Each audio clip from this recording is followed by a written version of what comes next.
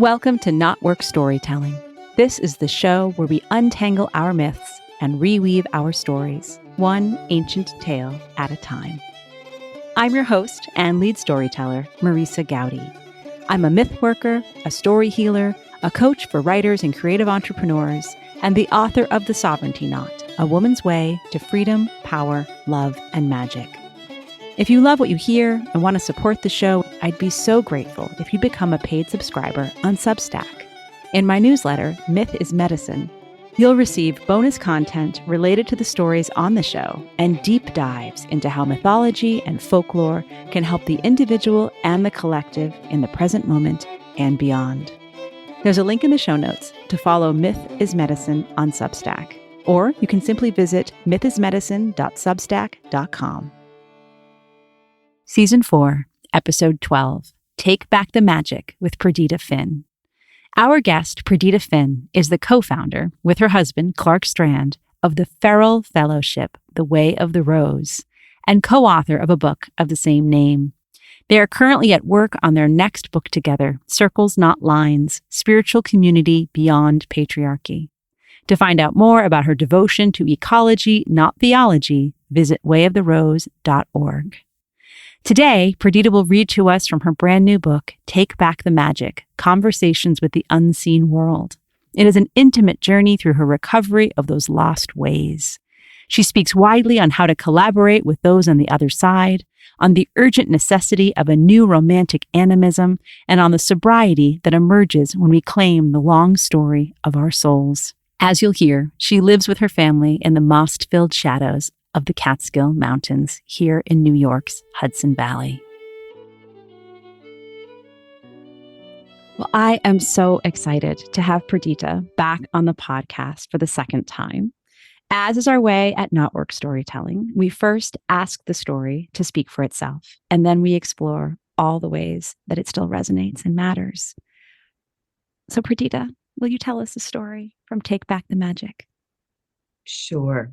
Marisa and I both live in the Catskill Mountains, and they're a very magical realm, and people might know about their magic from the Rip Van Winkle stories, which were just capturing the tiniest bit of magic that remained from the Esopus and Lenape people who had lived here and who'd been horrifically murdered by the Dutch when they arrived.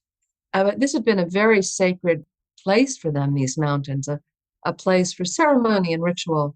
I didn't know any of that when I discovered these mountains. And I'm going to share how I came here the first time, and then talk about what I call the paper folds of the land.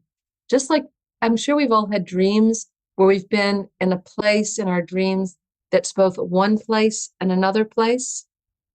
And it's sort of like it's folded over each other. We've had people like that in our lives. I know you. We've not met before, but I know you. And we arrive in a place and we go, I know this place. I've been here before. And I call them the paper folds, the dream places. And they're very, some people call them portals and vortexes, but I think they're all individual for each of us. This is the place that is the land of the dead for me. And so I'm going to share how I first came here, and then talk about the land of the dead a little bit. Years before my father died, my husband Clark and I moved to a little house in the Catskill Mountains, where I encountered my first ghosts. We didn't know then that the town of Woodstock lay at the very portal of the land of the dead. The first peoples who canoed up and down the Hudson River called the blue line of mountains that stretches across New York the Wall of the Manitou, a dividing line between the realm of ordinary life and the world of spirit. The ridges and hollers of the mountains were a liminal realm, a place for ceremony and ritual. These peoples didn't live in the dark hemlock and chestnut forests that shadowed waterfalls cascading over moss-covered rocks.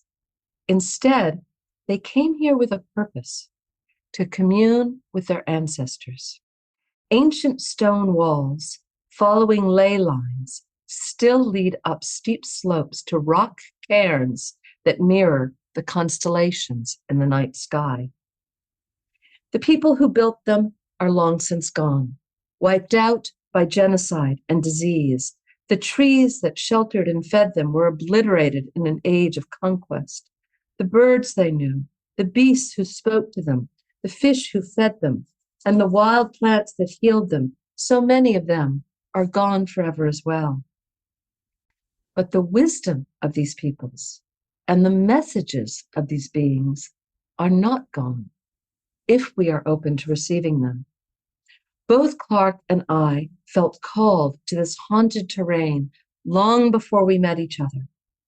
Once, when I was in my 20s, I had been driving back from a trip in Maine to Washington, D.C., where I taught English at a public high school. As I cruised along the interstate hour after hour, every embankment and rest stop looked the same, and I began daydreaming about a life other than the one I was living. I saw myself as a writer, making bread, planting a garden. I envisioned a hippie mother with barefoot children following her through the woods. With a jolt, I realized that I had no idea where I was. I was lost again. So often my name, Perdita, felt like a referendum on my experience. I never knew where I was or where I belonged. Huge mountains loomed in front of me. Moss-covered rocks bordered the highway. I was supposed to be heading south through New Jersey at this point, but I must have missed a turn somewhere after the Tappan Zee Bridge. Where am I asked the toll keeper when I took the next exit. Gateway to the Catskills, he said. Woodstock. Oh, I thought, how strange. I'm so grateful to hold space for this story of the place that Perdita and I both call home. This valley of ours vibrates with creative energy, and that was true when the ancients were leaving their mark in stone, and now, when so many writers draw inspiration from our singular rivers and mountains. Before we dive into a conversation about the living and the dead, the web of ancestors, and finding a true sense of belonging, I want to let you know how I will be supporting writers in the year to come. The Writer's Knot is an online group for creative beings seeking community, inspiration, and that not so glamorous but oh so necessary thing, accountability. We'll meet 3 Wednesdays each month beginning in January with additional opportunities for writers' salons and community connection. In the new year, I'm excited to bring us back to basics and hold space for you to really get the writing done. The Writer's Knot is where you can explore your own stories, meet your own struggles, and develop your own mythic voice. Learn more and register at marisagowdy.com. We begin in mid-January. If you register by December 23rd, you'll be invited to a special half-day retreat to reflect on the year that was and imagine the new story you'll live and tell in 2024. Now, back to my conversation with a writer I absolutely adore, Perdita Finn. She's going to give us some more context about her arrival here at the Gateway to the Catskills, and then we'll travel a whole lot further. And that happened a full 7 years before I moved here. And when we moved to Woodstock, I discovered I'd been dreaming about, I knew every road in Woodstock. I'd been dreaming about it. And it was a very unsettling experience, but maybe some of our listeners have had this, of I knew where every tree was in Woodstock. And I was so disoriented by it and so unnerved. And my husband, who's been a Zen Buddhist monk, helped me do a whole series of grounding rituals in which we took a wonderful figure called Jizo, who guides souls through eternity, and grounded him in the center of Woodstock in a place we later discovered. We hid a Jizo stone, and the place where we later learned the Lenape people did their ceremonies. Wow.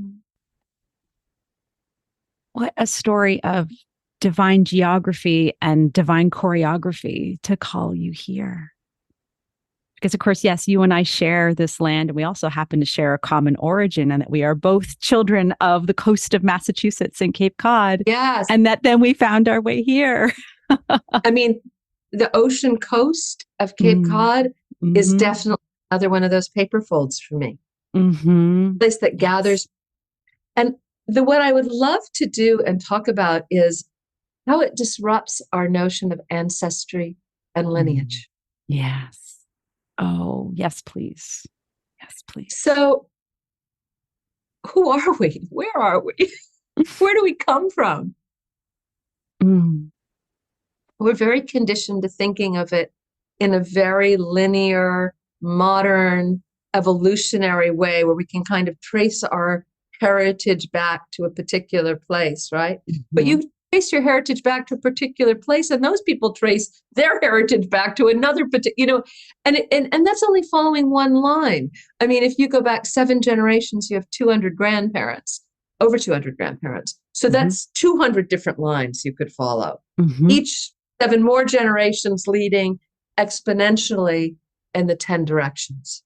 How do we make sense of what I call our mysterious root systems? And for me, they're recognizing that we belong to the dead of the land who have called to us. And you talked about Newgrange. And one of the things that's really fascinating about this area, my husband and I would buy a house here. We bought a little ramshackle Baba Yaga cottage everyone wished we wouldn't buy, but we had to buy it because the land was so powerful.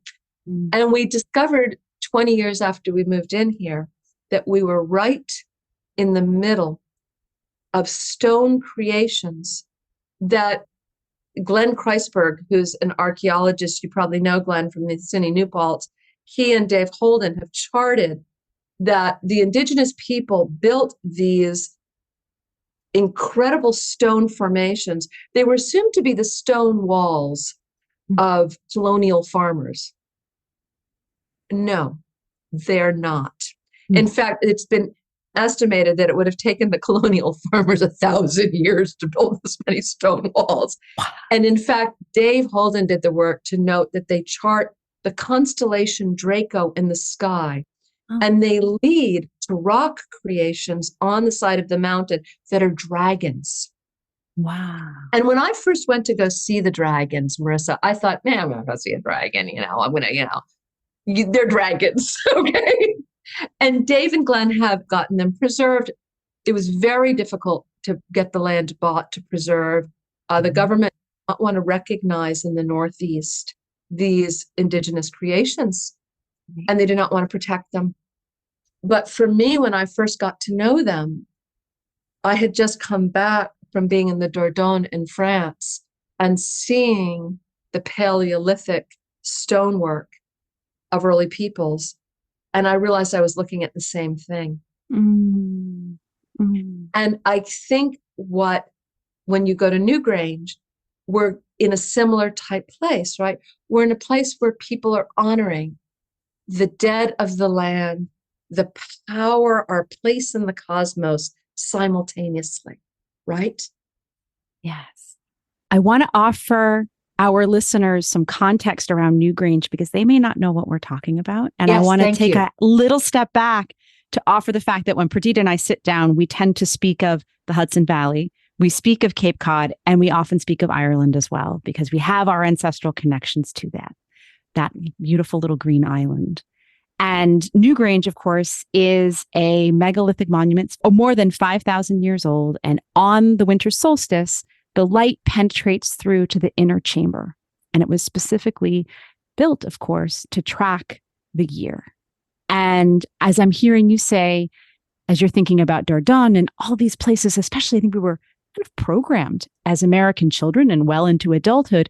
Oh, you have to go to other parts of the world to find such ancient traces. The people who lived here in the Northeast, they left no stories beyond maybe the Wampanoag people and the Pilgrims. And otherwise, we have nothing. So go about your lives. And the tragedy of that. It's a terrible tragedy. But here's what you feel. And when you go to these places here, they're just as powerful. They're just 5,000 years ago for Newgrange. The estimate for the cairns on the side of Overlook Mountain is 5,000 to 6,000 years old. They were being built at the exact time with people as sophisticated and beautiful and astronomical intimacy. And what were they doing? What were they saying? Because it's really, they're calling forth from the stones their deepest ancestral memories. And I think that who are our ancestors? Mm-hmm. Everyone. If we can step back 5,000 years with those peoples, here we are heading into the solstice. They knew that life was cyclical, not linear. Mm-hmm. And they knew that beings left and came back, left and came back. Mm-hmm. And to live in those cycles as a soul seems to me what we need to remember how to do. That we have all been here before. Mm. Yes. And we're all recycling and cycling through different places. We're returning to places we've been before. Mm-hmm. And we're there to recover. We've come to recover the memories of our dead in the land. Everyone is listening. Wherever you are, you belong there. The dead have called you home. Marisa, we were called home by the dead here. And we were called home by our ancestors here on this land. Mm-hmm. We were called forth to bring and weave. So the cairns here are paper fold with the Celtic cairns, and they're paper folds with other places that come and go. And we can, there's a ridge on Overlook Mountain that when I walk on it, I've walked in it in so many different dreams and so many different lifetimes on that ridge that now when I walk on it, I call in all the memories of all the other places, all the other lands I've walked, all the other ridges, all the ancestors. So wherever we walk on the land, we're summoning the memories of our ancestors beneath our feet. This is such soul medicine, and it's radical soul medicine at a time when we're also awakening to the legacy of colonialism. And as you mentioned yourself, the sense of the peoples who were here it was a genocide by the original settlers from the Netherlands and elsewhere. And how to hold this paradox is so profound. Well, I think the story of civilization, that linear story of progress and evolution and achievement and human supremacy, is nothing but a story of genocide. And I think it's really important to know that, because as long as we try to reform civilization and get it right, or pick a side in civilization, a team, there will only be more genocide. Yes. So how do we pray to these ancestors? These 5,000, 6,000 years ago, these people were on a cusp at New Grange, here on the side of the mountain. All around the world, people were on a cusp. And they were on the cusp of making a terrible mistake. And that mistake was civilization. That mistake was stepping out of that cyclical story of birth, death, rebirth, and stepping into, we're the most important species. We're going to dominate the planet. And there are many theories about why that happened and how it happened. But one of the most compelling that I've ever seen is that we got drunk. And, is that it wasn't bread that seduced us into empire. It was alcohol and sugar and consumption. The reason I say this is the story of civilization is nothing but the story. Every religion, every nation state is a story of colonialism. And so civilization wants to always create good guys and bad guys. Right. and try to get civil. So we can try to get the good guys are going to win and we'll get civilization right. Hitler thought he was the good guy and he had a good plan for getting civilization right. And the good guys always think they're good and there never are. And right now I feel like we're on the eve of horrific fascism around the world because people have forgotten that cyclical wisdom of the ancestors beneath our feet. And what I would ask us to do is to go out and stand on the land in the solstice, in the darkness, in the mystery of our ancestral heritage and say, help, Yes. help guide us back to your wisdom. Help guide us back to the cyclical wisdom of the land, when we knew where we belonged, and we knew how to belong, and we knew how to accept the wisdom of the stars and the wisdom of stones and the wisdom of magic. So my prayer a lot these days. Yes, to bring it to that, it's at the cosmic level, it's at the universal, it's the entire vault of the heavens. And knowing you and your work, and that at the same time you also deal with such the intimate spaces of the heart and the sense of the individual and how much they matter and how much I've gotten a hug from you and I know how warm it is. And I have had you guide me through moments of real deep worry, and know that you care about the people I care about, simply because I said, I think someone needs a prayer. And so I'm just so, I guess I just feel so held by you in that sense of, as you're holding the great expanse of the all and also the individual seed. And Here's the thing. I mean, you've got your hand over your heart as you speak to me. It all comes back to knowing our own hearts. Yeah. And when we feel like we belong, and we feel held by the land and by the dead and those incredible circles of ancestors, like I sometimes think of myself circled by those old, wise grannies going back and back and back everywhere I look, right? And feeling we can let our hearts out. We can let our hearts out to play a little bit. And right now I see people very frightened of the world.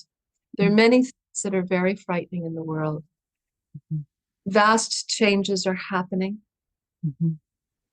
And when people are frightened, they often become very violent. And we see everywhere we look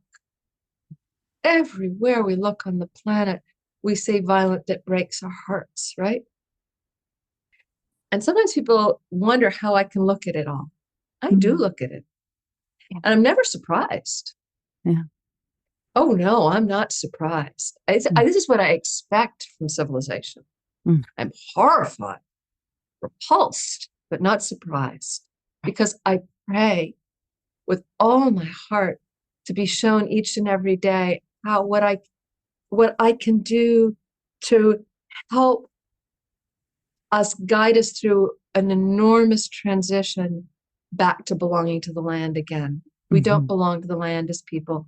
We think the land belongs to us. It doesn't belong to anyone. It belongs to no ideology, no state, no nation, no religion, nobody. And we belong to it. And if we belonged to it, it wouldn't look like a concrete wasteland. If we belonged to it, it would feed us, and we would know where the springs are, and we would know how to accept the bounties of it. We don't.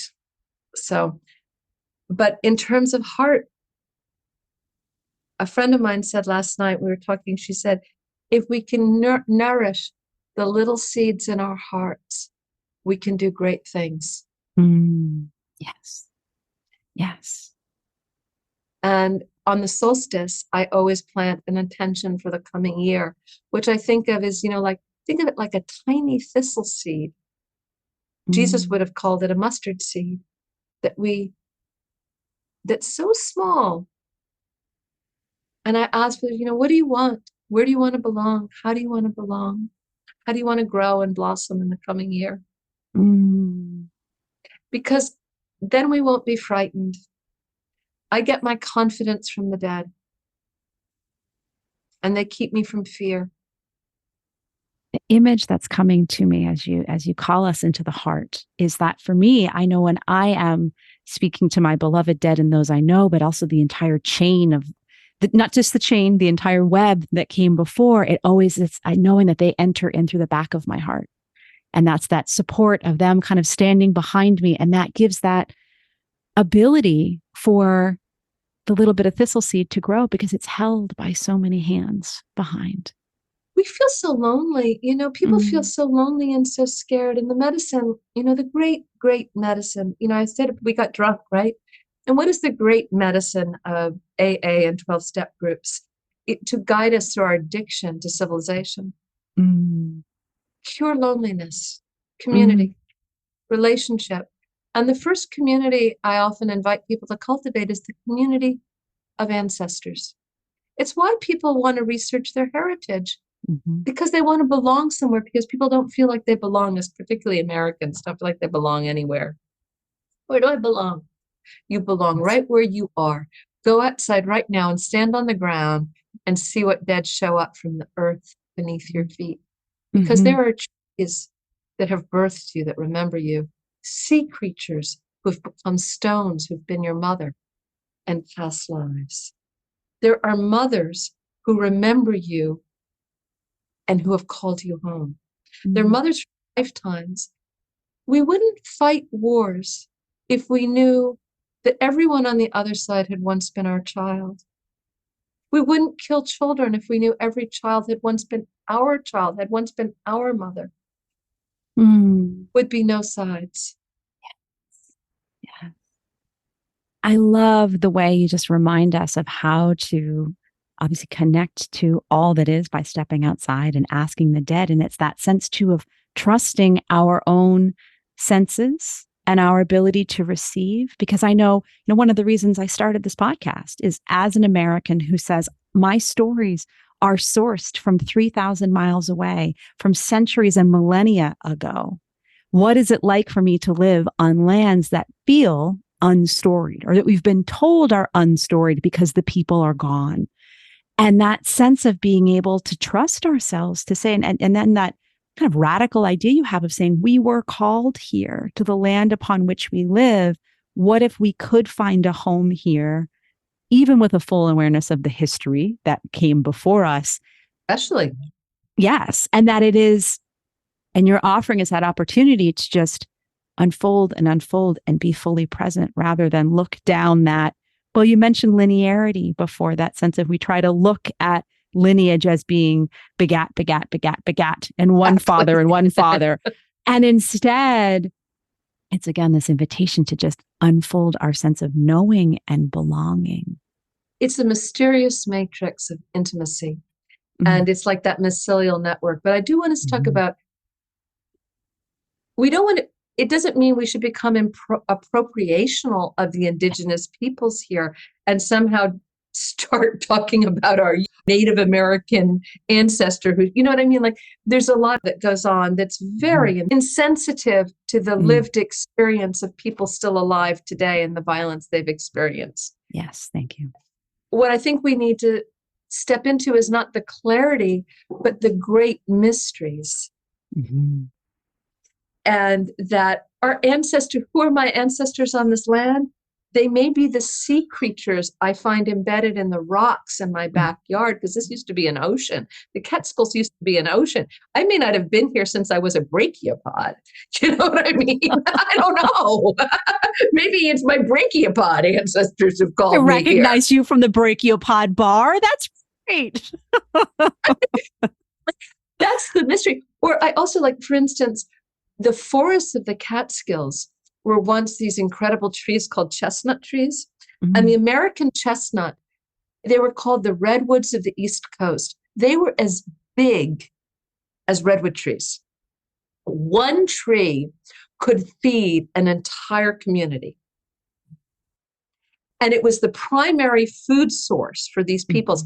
And fascinatingly, it connected people to the chestnut trees of Europe, which were also a primary food source, right? So they were felled. And what happened to the chestnut trees, the genocide, can I talk about, it's not just people who are murdered by civilization, it's entire species. Yes. So the chestnut trees were completely ravaged by the Europeans. These forests were decimated. And then all of the animals were decimated. I mean, there is a book about the Holocaust, the species-wide Holocaust that occurred in the Northeast with the arrival of the Europeans. How many species went extinct before the Pilgrims arrived on the East Coast? And they would come in and just, I mean, species of birds, species of fish, species of flower, and these trees, these magnificent trees Then the passenger pigeons go extinct, right? Mm-hmm. And then the passenger pigeons fed the chestnut forests.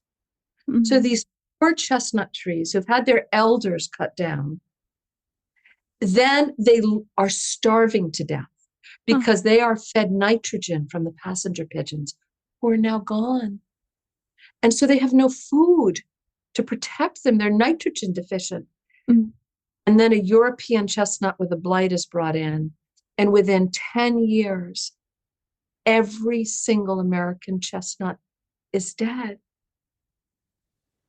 So I think sometimes that I have this really intense relationship to American chestnut trees, like really profound.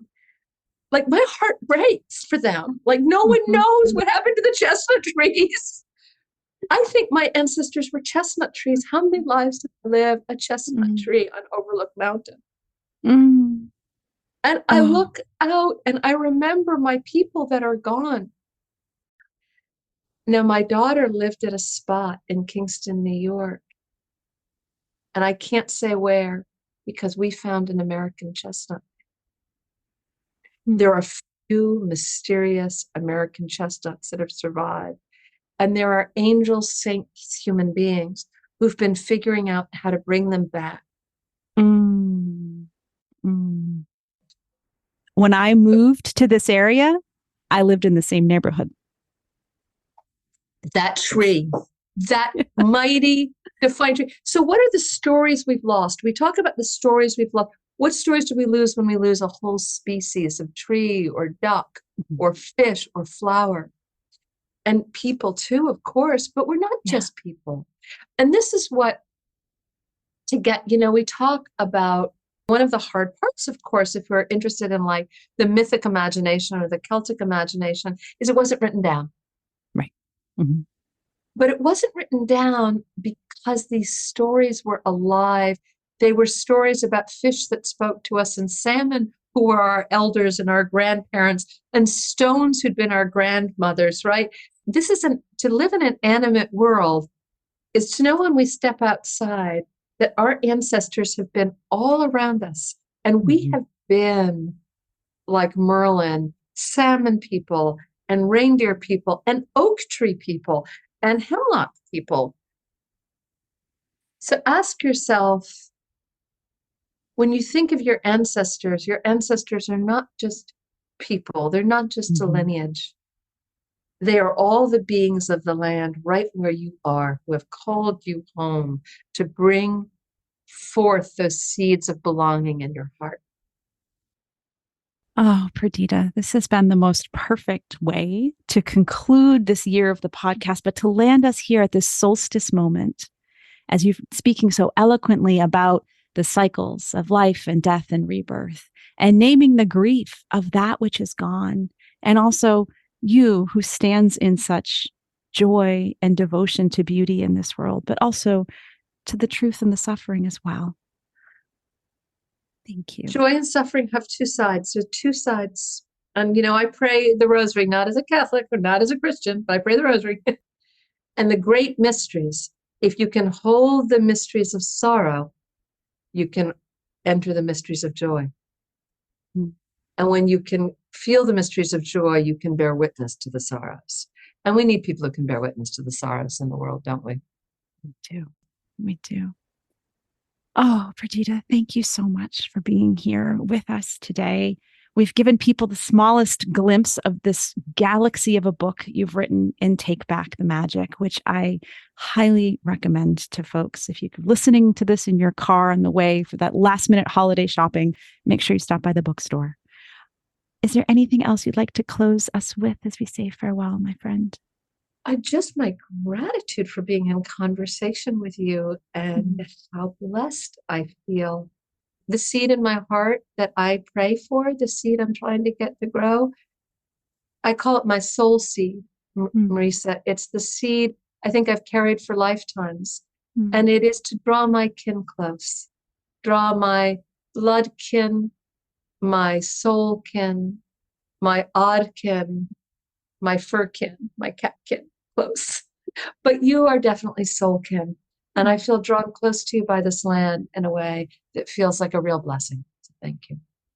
Thank you, Perdita. Thank you.